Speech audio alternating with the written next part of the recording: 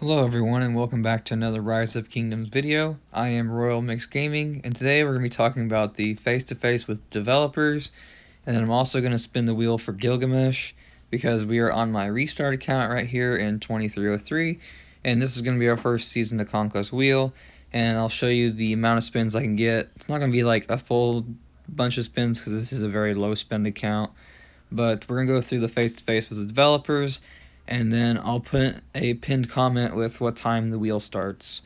So with this face-to-face developers, they talked about many different things. First one on the list is Esmeralda's Prayer. A lot of people don't think it is very fun.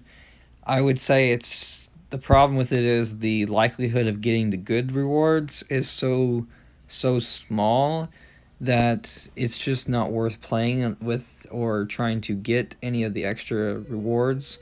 So like trying to buy them with gems or buying the bundles really isn't worth it in the grand scheme of things unless you go all the way up to the gold chest. It really wasn't really worth it to get the rest of them because it's very unlikely that you're going to get all these special prizes and then get all the rewards, and then you're left with what's left over and things like that. They are saying here that they may add back in the 7k gem event and some of the old ones. They said that they still are going to use those. We will have to see how many of those they're actually going to use and whether or not they're going to keep the Esmeralda's Prayer in the loop or if they're going to try and redo it and things like that. I hope they just not get rid of it, but get rid of some of the resources, reduce the gold keys, reduce the stars, and give us a higher likelihood of the special prizes and a higher likelihood of gold heads and materials, because it was just too low that you had a higher chance of getting resources, and it really hurt the event a lot because there was just like 40 of both resources and like gold keys, and it was kind of hard to get rid of those unless you had a lot of the tokens. So let's hope that they revise that and bring the 7k gem event back.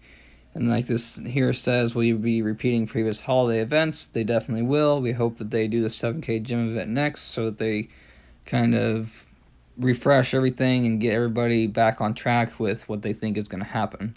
And hopefully they redo the event a little bit better and tweak it some to make it better. And then this is where the migration video that I made a couple weeks ago comes back into play. I was led on to believe, even from the support contacts, that the king had to approve the 30 governors that came into the kingdom in KVK 2 and 3. Well, now this face-to-face developers is actually saying the king has absolutely zero control. What I believed was it was going to be like the special migration tokens that you have to click yes and no, kind of like applying to the alliance, where you have a red X and a green check mark. Unfortunately, it seems that it doesn't matter even what power goes back to KVK 2 and 3. 30 members is the total cap, and that's it. And they don't say they're going to change it. They think it's a good idea to maybe do it someday, but at this point, I don't see that they're going to change it. Unfortunately, it's going to be very difficult for anybody to migrate back to KVK 2 and 3 unless you do it absolutely immediately once the KVK 2 and 3 ends and your cap is opened. You need to migrate immediately, have that all ready to go, and don't waste any time, because otherwise it may be filled by a farm that you didn't want to have come in. So I hope you guys kind of get that cleared up. I apologize for saying that the king controlled it in my other video. I will probably make a pinned comment clarifying this problem, but even when I asked my support contacts, they basically said the king approves them, and unfortunately that's not exactly how it works. They didn't exactly say it in the way that it actually works. So I hope they resolve this in the end at some point. Unfortunately, it's not working the way I wish it was. So we'll move on from that from now. The next one is, could be refreshed Bastion quest up to 3 to 6 times. If they did something like that, would be nice, because we have to wait 10 minutes right now. If they even did it for 60 minutes or a couple hours, and you can refresh it up to as many times as you've been offline, it would help people get the quest they want much quicker, get you through your bastions much faster, and stop wasting a lot of our time where we have to sit here and refresh it every 10 minutes just because you have a 10-minute timer. There's no real reason to have that kind of timer. I think they could just put a limit on certain quests and let us refresh infinitely. Just, you can only do maybe 3 to 5 training quests or something a day. I don't know. Something like that, where you can't like just get the best ones always, but help us get through the quest quicker would be nice. It'd be a nice quality of life change. They are talking about in the next one here the Lohars, so the Lohars that you summon on the map. People are wanting to solo those. I don't believe that they'll ever change that, simply because it's trying to teach people to rally and join rallies and things like that and be a part of the alliance when you're just starting the game. I still remember on my restart here where we would do those all day, and it was a big deal. They tried to make sure everybody was doing that kind of stuff because you got some small rewards. In the early game, it's pretty good. Late game, it sucks, but I mean, they're not going to let you just AoE farm them, so I highly doubt that they will do that. They may add something slightly different, but I don't think they'll change those exact Lohars at any time. They will be on the next topic here sometime in the next couple of months, releasing a new civ. I'm hoping for Sparta or Persia or some other of the more well-known countries or I guess you could say countries or cities that will come in the next couple of months. So I hope it's something really cool. I think Sparta is pretty highly likely because they did a pretty good job with the Vikings. If they do Sparta, the Spartans are pretty well known, so then they do a lot of advertising and all that kind of stuff and make a lot of money just by having more people play the game because they want to play as the Spartan civilization. So I hope that will be pretty good in the next couple of months. The daily newspaper you can buy for 1,000 gold. Somebody wanted to do it automatically. I don't even buy it daily. I really don't think the buffs are good unless it's a fighting day or something like that, or it's gold production and somebody says something. That's the only time I ever buy it. And they're kind of trying to do it where everybody goes and buys it every day like a daily actual newspaper, which is up to them if they want to do it that way. But not everybody buys the newspaper every day. I don't. So it doesn't matter to me if they make it automatic or not. I would eventually just turn it off even if they ever did change it to that. And I don't think they'll change it because they're saying that would just defeat the purpose of what they were trying to do in the first place with the newspaper. They will be doing the PC version in the next month or two, and from what I've heard, it's pretty good. A lot of people like it. They just need to tweak some of the things with chat, maybe improve some of the processing power of what it's using, but I think for the majority of people with a basic PC will be able to use it and be fairly happy with it and be an upgrade from BlueStacks or something other emulator that you would be using if you're using a PC. So I hope everybody enjoys that when it comes out. There'll probably be bugs when it first comes out. It's just in beta right now, I think, or something like that, or pre, however you want to say it. And it should be coming out within the next couple of months. Probably a month, maybe 2 months. It just depends on how long it takes them to get the last few tweaks done. So I hope it works out for them when they release it and everybody likes it, so that it will give more people options to play the game. So that was the end of the face-to-face with the developers.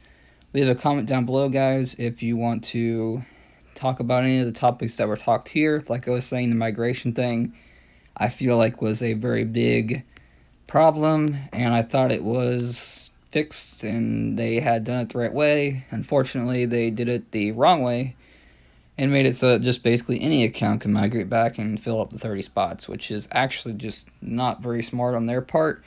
I think they're actually basically going, if you could say, a cold turkey. They're just trying to cut everybody off from migrating back instantly. They're trying to just stop everybody from going back. 30 is such a small amount. They're just trying to cut people off like cold turkey doing something, and I really don't like that because it's not helping the player base in general, because 30 members should be able to choose to go back, and they should be able to easily have the king say yes or no, and it helps the kingdom progress with the commanders, and they don't have to worry too much, and the kingdom can have a lot of fun. So I hope they fix that and make it so the king actually has a choice in it, but they're trying to avoid that for some, I would say, insignificant problems, so I hope they fix it.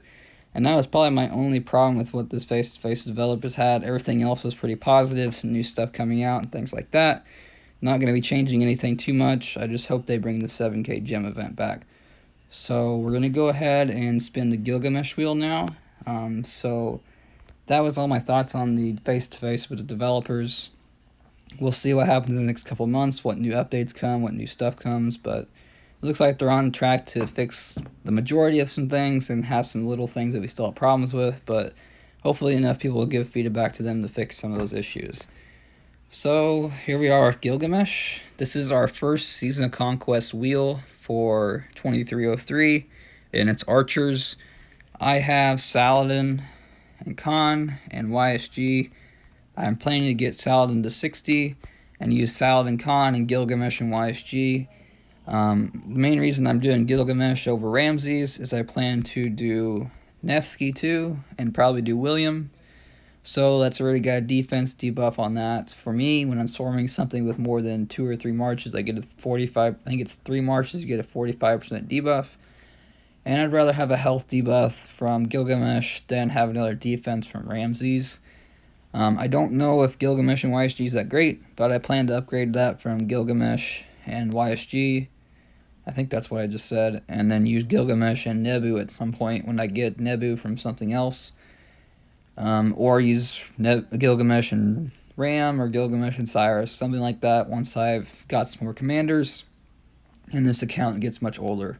So we're going to go ahead and get started here. And I'm hoping to get some good spins on here. I need everything on this wheel, so it shouldn't be too big of a deal. Gonna hope to get an 8 spot for 400 gems. Is pretty darn good start to this wheel here. I don't know that I've ever gotten it. I've gotten it for free a few times, but 400 gems is pretty good value for an 8A spin like that. That's really good. I'm really glad I'm getting a good start off of this account. This account honestly is much luckier than my other accounts with wheels and events. I don't know why, but it seems to do much better than my main account and my other accounts. But I also need all this stuff. I need the building speed ups. I need the resources. I need everything on this wheel. I need the stars especially. I really need the stars. So I'm hoping today to land on a lot of stars. So far we haven't even landed on any. And I'm hoping to get some. We got a universe there. Got a couple stars there. Hoping to get more stars. So I really need to get Saladin to 60 and then to slowly progress Gilgamesh. So we're going to go ahead and get the tiered reward here of 5 heads. Probably going to get the pop-up bundle for Gilgamesh too, since we just unlocked him. I can do something like 35 to 40 spins here, so we're going to hope to get a decent amount of heads here. I'm not too worried about getting a lot of heads. I've saved up about 80 of them. My goal is to get Gilgamesh to like 5511, and then we're going to get him to 60 when I can. I hope to have him 60 before we get in the Season of Conquest, our first KVK. Probably have about a month and a half to get that done. Hopefully I can do that with the amount of wheels and events that we have. I got 1 Gilgamesh head and a bunch of speed ups. I need the building speed ups. I need the research. I need the training speed ups. It's fine. I just want stars and Gilgamesh heads the most. Other than that, everything else I need for this account on this wheel. So it's all good stuff. 15-hour speed ups is really good. Some more research speed ups and a Gilgamesh head. So if I can get at least 1 to 2 heads, I'm happy, and I get some good speed ups because I've been pushing my tech for archers pretty hard because I don't have T5. Obviously, it's only a 30 mil account, and you may say don't use archers, but I mean, I have YSG and I really need a pair for him, and I think a health debuff is pretty good. So I hope it's going to work out. I've asked some of my other alliance members on my alliance, and he says that Gilgamesh is pretty tanky, so hopefully that does pretty well for me. Getting close to the end of the amount of spins I can do on this account for now. We've gotten an okay amount of heads. Another 8 spot would probably really help me out here. Getting a lot of speed ups, but not a lot of heads. Another universal, resources, and some more research speed ups. I can do 1 more 5 spin, and then hopefully I can get to 45, I think it is, by the end of this time. We'll see. I don't know that I will. It kind of depends if I get enough gems in the next couple days. That teased me with an 8 spot. Double teased me with an 8 spot. And then I get the 8 spot. Oh my gosh. So first I hit the building speed ups, then I think I hit the 15 hours, and then it gives me the 8 spot just to tease me until it gives me the 8 spot. So 2 8 spots for, I think it's 35 spins technically, is pretty good. I would say I didn't get a lot of Gilgamesh heads for just like 2 at a time kind of thing. I got 1 here, 1 there. But 2 8 spots did a pretty good job and helped me push me a little bit further. Didn't get very many stars, so I hope I can get some more stars from other events. But we ended up getting Gilgamesh here. We got 28 heads for about 30,000 gems worth of... For 30,000 gems, I got 28 heads of Gilgamesh, so it's not too bad, I think. I mean, it's like a little under 1,000, a little over 1,000 gems a pop, I think, per head. Got speed ups, got some stars and stuff like that. So we're gonna go ahead and level him up a little bit. I'm gonna go ahead and do him to 5 because I have enough heads here. I'll probably get that later for the stars. Won't worry about it right now. I'm gonna get him to 5, and then I'm gonna stop because I don't have the stars right now to level him up. And maybe there'll be another Gilgamesh wheel where I spin again, and I don't want to spend the heads on him just right now. I'm going to definitely get him to 5/5 and then worry about doing the other skills, because this one's for attacking cities. This is his blood craving debuff, and this is the health that I need to be tanky, and then this is extra tankiness too from the normal attack reduction. So eventually I'm going to expertise him, but I think bringing a different debuff than most people is a good idea for me, because I'm just a support account in this one, and I really just want to try out commanders that I don't have in my main account. As you guys seen, I got Khan on this account. A lot of you don't like Khan. I think he's okay. I know that if he gets a relic, he's going to be really, really good, but I got YSG and I got Saladin, so I've still got some commanders that are good. I might be able to get Saladin to 60 here pretty soon. I think I'm just short still. Probably if I get that $5 bundle, I'll get enough to get him to 60. And then I'm going to start working on Gilgamesh here, like I was saying. But that is all for this video. I just wanted to talk about the face-to-face with developers, show you some spins from my wheel. I really hope that I get the 45.